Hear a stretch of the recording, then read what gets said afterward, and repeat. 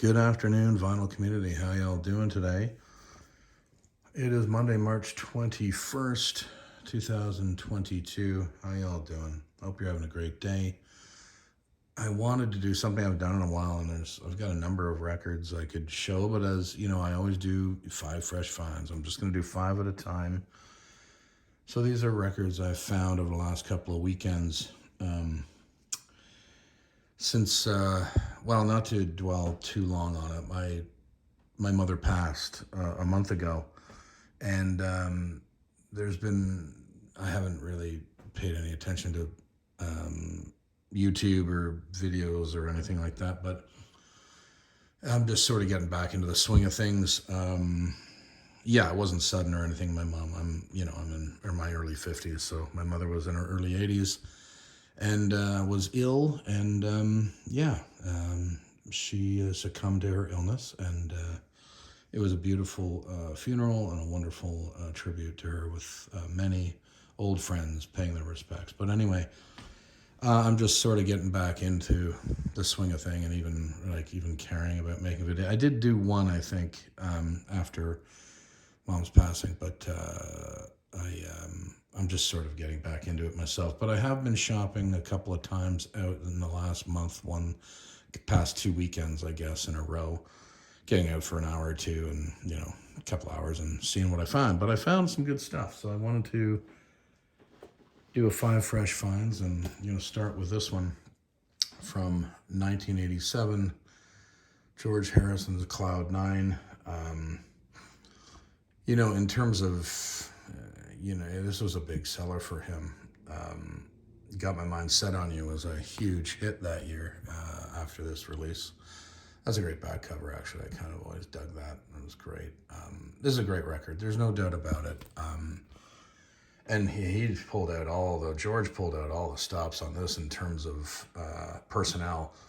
Jeff Lynne, of course, was producer and played bass and, acoustic guitars, keyboard, synthesizer. I think he did so many things on this.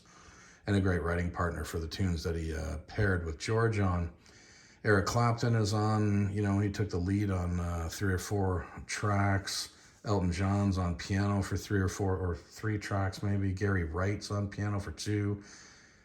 Jim Keltner, the great Jim Keltner, on drums, along with Ringo Starr. Ray Cooper also is on drums and percussion. So George spared no expense in hiring some great talented musicians for this one. And I'm glad I found it. I think this is a great record. I'm really just starting to collect George Harrison's solo work. I never really did before.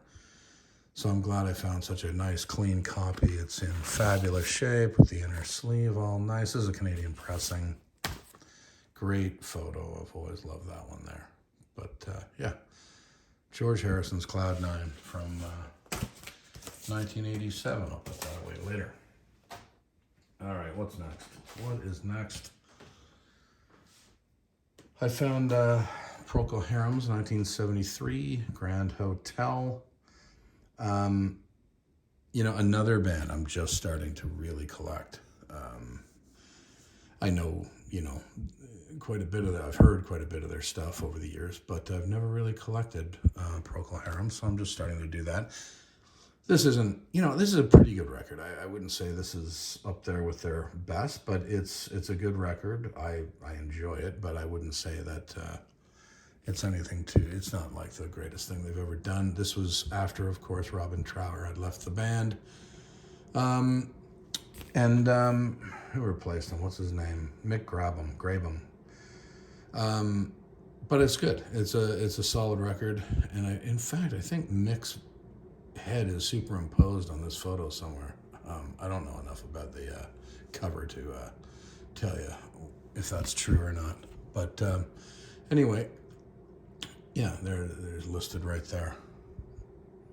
Mick Grabham on electric guitars, Kirk Copping, organ, Gary Brooker, of course, Alan Cartwright, B.J. Wilson. But glad I found it, and hopefully I can find some earlier Procol Harum that's in good shape. This is in really good shape as well. Another Canadian pressing, I believe on the green Chrysalis label. But yeah, there you go. Let me know what you think of this record. I find it just, it's okay. Yeah, whether I hang on to this or not, probably will. Anyway, Procol Harum from 73.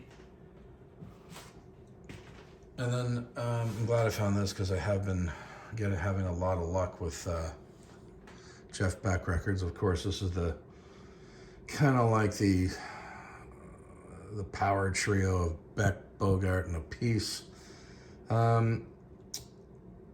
This is good. I like this quite a bit. But then again, I'm a sucker for all things Jeff Beck. Great shot of the band there. Carmine Peace back there.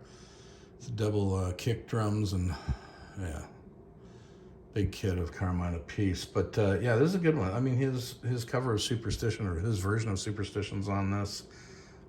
Lose Myself with You was pretty good. There's some covers on here too, like Black Cat Moan, of course. They didn't write everything that's on here.